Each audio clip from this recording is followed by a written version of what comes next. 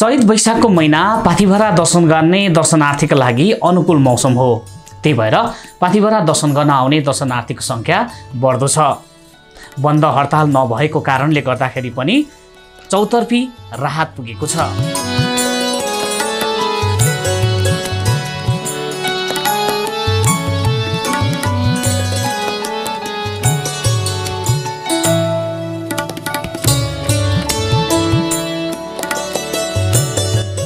नमस्कार, म देवराज गुरुङ। कार्यक्रम पाथिभरा दर्शनमा हार्दिक स्वागत छ। पाथिभरा क्षेत्र विकास समितिले तयार पारेको यो कार्यक्रम प्रत्येक शुक्रबार साँझ 6:30 बजे प्रसारण हुन्छ। Radio Tamor 102 megahertz, radio Taplejung 94 megahertz र रेडियो काबेली 95.8 मेगाहर्जमा कार्यक्रम सुन्न सक्नुहुन्छ। कार्यक्रम सेतो भेडा युट्युब च्यानलमा पनि हेर्न सक्नुहुन्छ। कार्यक्रममा हामी पाथिभरा क्षेत्र विकास समितिले सञ्चालन गर्ने पाथिभरा केन्द्रित गतिविधिलाई समावेश गर्छौँ।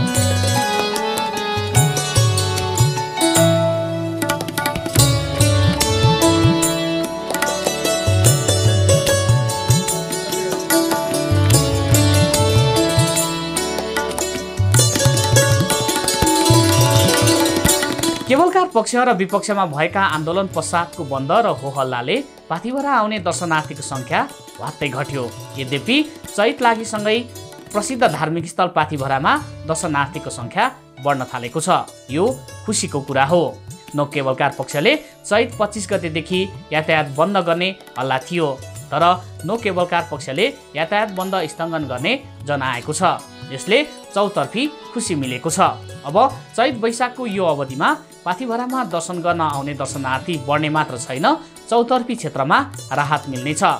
दर्शनार्थीसँगै होटल, यातायात, मजदुर र कृषकको हकमा थप सहजता मिल्नेछ।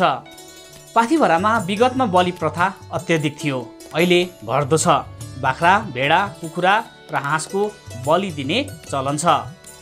मन्दिरको एकापट्टि बलि दिने स्थान तय गरिएको छ, तर विगतभन्दा उल्लेख्य सङ्ख्यामा बलि दिने चलन घट्दो छ। बलि प्रथा त पहिलेभन्दा अब धेरै कम। जस्तो म बस्दाखेरि दिनमा अब 500-700, 1000-1200 बलि हुन्थ्यो भने अहिले अब धेरै कम छ। अहिले अब धेरै बलि आउँदाखेरि 15-20वटासम्म आउँछन्। अब यो यसको विकल्पमा भनेको भक्तजनले नरिवललाई चाहिँ बलि गर्नुहुन्छ, नरिवल फुटाएर आफ्नो पूजा गर्नुहुन्छ। कमर बसेर दामा हो, खोटाङ जिल्ला अलसी महादेव थाङको पुजारी भएर बसेर 5 वर्षको उमेरदेखि अहिलेसम्म बस्दैछु। मूल पुजारी हुँ। त्यहाँबाट पैदल यात्रा हुन्छ मेरो सालिङ्गे, सालमा एकचोटिमा आउँछु। त्यहाँबाट हिँड्दै पैदल यात्रा अर्जुनधारादेखिको पैदल यात्रा पाथिभरासम्म, पाथिभराबाट फुर्केर फेरि अर्जुनधारासम्म, अर्जुनधाराबाट नुहाइधुवाइ गरेर अनि मात्रै फेरि गाडीमा चढेर जान्छु म अलसी। कति समय लाग्छ, कति दिनको यात्रा हुन्छ त्यो? मेरो त ठेगानै हुँदैन हजुर त्यो चाहिँ, किनभने अब बस्दै पनि आइन्छ, कोही बेला गलिन्छ, बिमारी हुन्छ, अनि बस्दै आउँदाखेरि कति दिन लाग्छ। तर 14 दिन, यसपालि चाहिँ 14 दिनमा पुगेँ। यहाँ आएर 7 दिन बसेँ, त्यहाँबाट चाहिँ गएर अनि फेरि आएर अहिले 2 दिन भयो। 14 दिनको माताको दर्शन गरेँ यसपालि दिन गन्ती गरेर। योभन्दा अगाडि चाहिँ कति दिनमा गर्नुहुन्थ्यो? योभन्दा 7 दिनमा। 7 दिनमा ठ्याक्क गर्थेँ। अब त्यतिखेर बयस पनि रहेछ कि उमेर पनि रहेछ। 7 दिनको दिन अर्जुनधाराबाट हिँडेको 7 दिनको दिन ठ्याक्कै हलेसी माताको दर्शन गर्थेँ पाथिभरा। अनि त्यो कुन बाटो भएर आउनुहुन्थ्यो? रोटे रोड आउने कि होइन? म सत्कर बाटो, कोही सत्कर, कोही रोटे रोड, कोही सत्कर, कोही रोटे रोड। तपाईँ हिँड्दा बाटोमा खाने ओर्ने चाहिँ के गर्नुहुन्छ, कसरी गर्नुहुन्छ? म खाने ओर्नमा जहाँ बास बस्यो त्यहीँ नै, बास बसेको ठाउँ। किन यस्तो गर्नुभएको अनि किन यस्तो? म अब बाबुआमाले अब सानैदेखि हलेसी महादेव थानमा लगेर चढाएको। 5 वर्षको उमेरदेखि 8 वर्षको उमेरमा गएर आमाको हातको भिक्षा थापेको आजसम्म मेरो जन्मथलोको घर टेकेको छैन। साराको घर टेकिरहेछु, साराको घर हिँडेको छु। अहिलेसम्म अब यही रूपमा गइयो, वेदान पनि गरिएन, केही पनि गरिएन, यतिकै धर्ममै हिँड्ने अहिलेसम्म हिँड्दैछु। कति वर्षको पुग्नुभयो? म 10 सालको। तपाईँको नाम चाहिँ? मेरो राजकुमार बस्नेत। हलेसी गएर राजकुमार बस्नेत बाबा कहाँ छ भन्नु भने साराले बताइदिन्छ।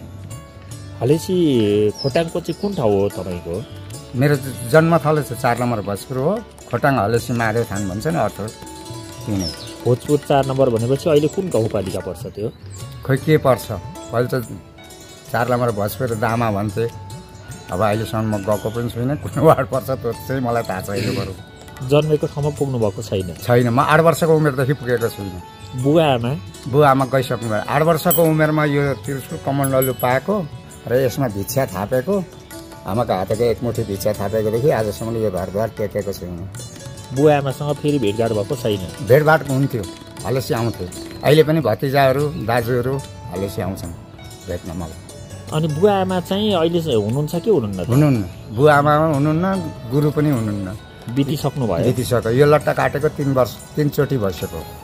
पहिले यहाँ कम्मरमा बाँधेर यहाँ बाँध्दाखेरि 108 जनाको माला खर्लप्पै पस्थ्यो, डबल हुँदैन थियो। जन्मघर पुग्नु जस्तो चाहिँ लाग्दैन बेला बेला? लाग्दैन। आमाको हातको भिक्षा थापेर हिँडेपछि आजदेखि मैले तिम्रो छोरो भने पनि यही हो, सम्पत्ति भने पनि यही हो, आजदेखि मैले यो घर छोडेर त्यागेर हिँडेको म अब आइन्दादेखि फिर्तिने 10 धारा दुधको भाडा चाहिँ कुनै तीर्थमा गएर म भाडा काट्छु भनेको थिएँ। गङ्गासागर, बद्री, केदारनाथ, हरिद्वार, ऋषिकेश, वृन्दावन, मथुरा यी गएर भाडा चाहिँ काटेँ भनौँ न। कति वर्षको हुनुहुन्थ्यो तपाईँ आमालाई छोडेर हिँड्दा, आमासँग भिक्षा लिएर हिँड्दा? 8 वर्षको उमेरमा भिक्षा थापेको। 5 वर्षको उमेरमा मलाई सुनको डोली बनाएर नौमती बाजा बजाएर लगेर हलेसी महादेव थानमा चढाएको।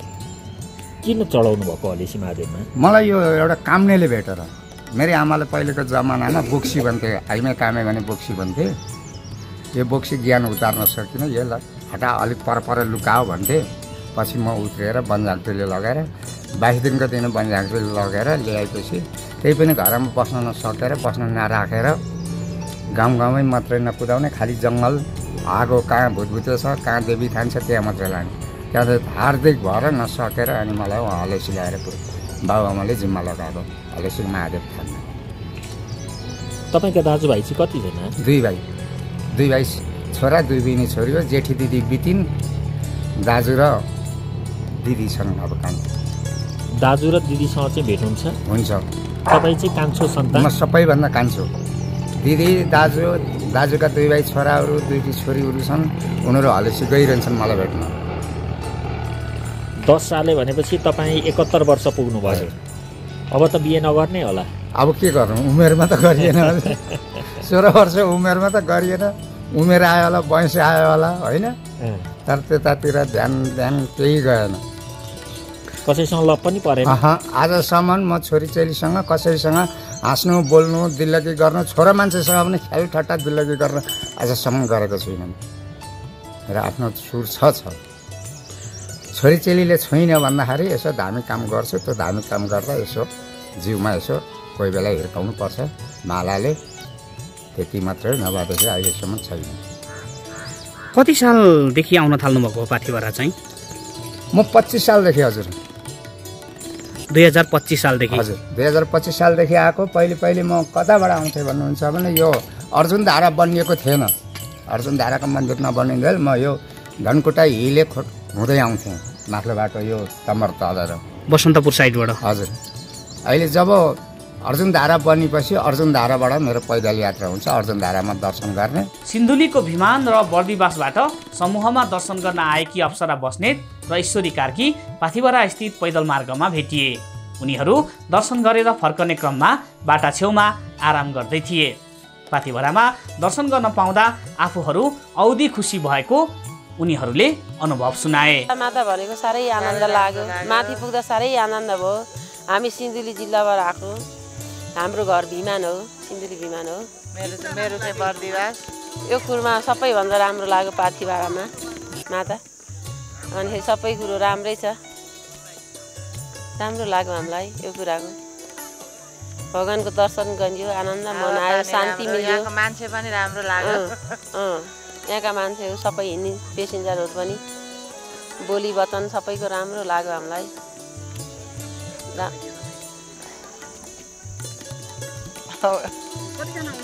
हामीहरू 5 जना।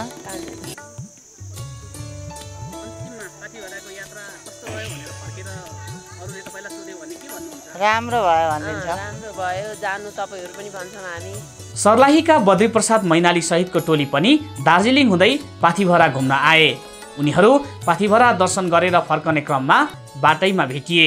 मैनालीले पाथिभरा सम्बन्धी केही सुझाव पनि दिए।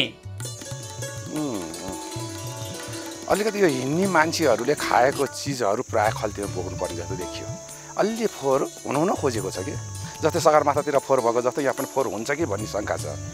तर हेर्दाखेरि एकदम सहज रूपमा सजिलो गरी जान सक्ने स्थिति छ यहाँ। त्यस्तो केही पनि छैन। बस्ने ठाउँहरू एकदमै जहाँसुकै व्यवस्था छ। लगभग 200 मिटरको बिचमा बस्ने ठाउँ पनि छ यहाँ। एकछिन आराम गर्ने ठाउँ। पानीको समस्या भएको ठाउँ रहेछ। पानी ठ्याप्पै नपाउने, तलबाट पानी बोक्नु पर्ने, नत्र पनि चौपट्टै राम्रो। योभन्दा अगाडि पनि केही कोसिस गरेको रे, ट्याङ्की फुट्यो अरे। मैले बुझेको अनुसार चाहिँ ठन्डाले गर्दा ट्याङ्की फुट्छ अरे। अहिले ठुलो लगानीमा चाहिँ यो कार्यक्रम गरिरहेको छ। ठन्डाले ट्याङ्की फुट्छ भनेर एउटा 60-65 वर्षको बुढो मान्छेले भन्दै थियो बिहान। यदि नफुट्दिने हो भने यो चौपट सजिलो र राम्रो ठाउँ हुन्छ। यो मेरो नाम बद्रीप्रसाद मैनाली, हरियन सर्लाही हरियनबाट। हामी 8 जनाको ग्रुप आएको थियौँ।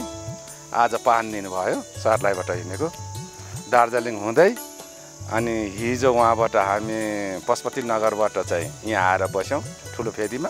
बिहान ठुलो फेदीबाट माथि पुग्यौँ, अहिले झर्दैछौँ। पाथिभरामा यसपटक विगतको तुलनामा धेरै पटक हिउँ पर्यो। हिउँले पाथिभरा सेताम्ने बन्यो। पाथिभरा क्षेत्र विकास समितिका कर्मचारी राजेन्द्र महतले भिडियो कैद गर्दै दृश्यको बयान गरेको सामग्रीलाई कार्यक्रम पाथिभरा दर्शनमा आज हामीले समावेश गरेका छौँ। ल शुभ बिहानी, नमस्कार। आजबाट चैत लाग्यो। आज चैतको 1 गते शुक्रबार। पूर्वकै प्रसिद्ध शक्तिपीठ ताप्लेजुङको पाथिभरा मन्दिरमा छु। ल आजदेखि चैत लाग्यो भन्न चाहन्छु। र अघि राति चाहिँ हिउँ पऱ्यो मजाले, असिना पनि पऱ्यो। असिना यत्रो असिना, ठुल्ठुलो असिना पऱ्यो। के भन्ने, असिना त कम त ठुल्ठुलो परेन। असिनाले टाउकामा लाग्नु भने टुटुल्का उठ्ने खालका असिना झरेको थियो। हिउँ पनि झऱ्यो। एकदम रमाइलो छ। ल आज चैत 1 गते एकदम रमाइलो गरी भक्तजनहरू दर्शन गर्न आउनु भएको छ। र दर्शन गर्ने सङ्ख्या पनि दिनदिनै बढ्न थालेको छ पाथिभरा दर्शनमा। हिमालहरू सबै देखिरहेको छ। कति रमाइलो छ। ल आज चैत 1 गते शुक्रबारको भिडियो है। ल सबैलाई हजुरहरूले पाथिभराको दर्शन सँगसँगै हिउँ खेल्ने। अनि अब त झन् गुराँस पनि फुल्न थाल्यो। गुराँस फुलेको सबै एउटा यो चैत वैशाखको सिजन चाहिँ अति राम्रो दर्शन गर्न आउने एउटा सिजन भन्न चाहन्छु। किनभने गुराँस पनि फुल्छ, हिउँ पनि सेताम्दै, हिमालहरू पनि देखिन्छ। अनि दर्शन गर्दाखेरि मजाले सबै कुराको अनुभव चाहिँ, आनन्द चाहिँ पाइन्छ है। ल आज चैत 1 गतेको शुक्रबार पाथिभरा मन्दिरबाट शुभ बिहानी, नमस्कार सबैमा। पाथिभरामा दर्शनार्थीलाई केही साह्रो गाह्रो भए कर्मचारीलाई सम्पर्क गर्न पाथिभरा क्षेत्र विकास समितिले अनुरोध गरेको छ। क्षेत्र विकास समितिले भनेको छ दर्शनार्थीलाई कुनै साह्रो गाह्रो परे हामी सहयोग गर्न तयार छौँ। कुनै लिखित सुझाव भए सुझाव पेटिकाको पनि व्यवस्था गरेको छ। फोहोर व्यवस्थापन गर्नका लागि पाथिभरा क्षेत्र विकास समितिले पैदल मार्ग वरपर डस्टबिन राखेको छ। दर्शनार्थीले त्यही डस्टबिनमा फ्याँकेको फोहोरलाई समितिले नष्ट गर्ने गरेको छ। कोक तथा जुस वा रेडबुलको बट्टा सङ्कलन गरेर एक ठाउँमा जम्मा गर्ने गरेको छ। बट्टा सङ्कलन गर्न आउनेलाई निःशुल्क दिने गरेको छ। तर लामो समय यता बट्टा सङ्कलन गर्न आउन छाडेका छन्। ठाउँमा चौतारी बनेको छ। दर्शनार्थीलाई आराम गर्न सहज बनेको छ। होटलमा टेक्नका लागि लौरो निःशुल्क व्यवस्था छ। दर्शन गरेर फर्केपछि लौरो जुन होटलबाट लगेको हो त्यही होटलमा बुझाउनु पर्नेछ। पूजा सामग्री खरिद गर्न परे काफ्लेपाटीदेखि ठुलो फेदीसम्म पसल छन्। सदरमुकाम वा सुकेटारमा पनि खरिद गर्न सकिन्छ। चैत वैशाखसँगै गुराँस फुल्न थालेको छ। तर यस वर्ष रमाएर गुराँस फुलेको छैन। स्थानीयका अनुसार 19 वर्ष त्यति धेरै रमाएर गुराँस फुल्दैन। मौसम पनि राम्रो गरी फुलेको छ। चैत वैशाख र यो समयमा गुराँस अत्यधिक फुल्ने गर्छ।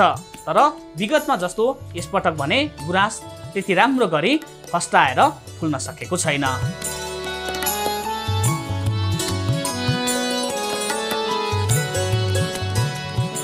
हवस् त पाथिभरा क्षेत्र विकास समितिले तयार पारेको कार्यक्रम पाथिभरा दर्शन आजलाई यति नै।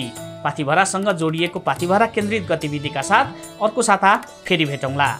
पाथिभरा माताको दर्शन गरौँ, पुण्य कमाऊ। जय पाथिभरा माता।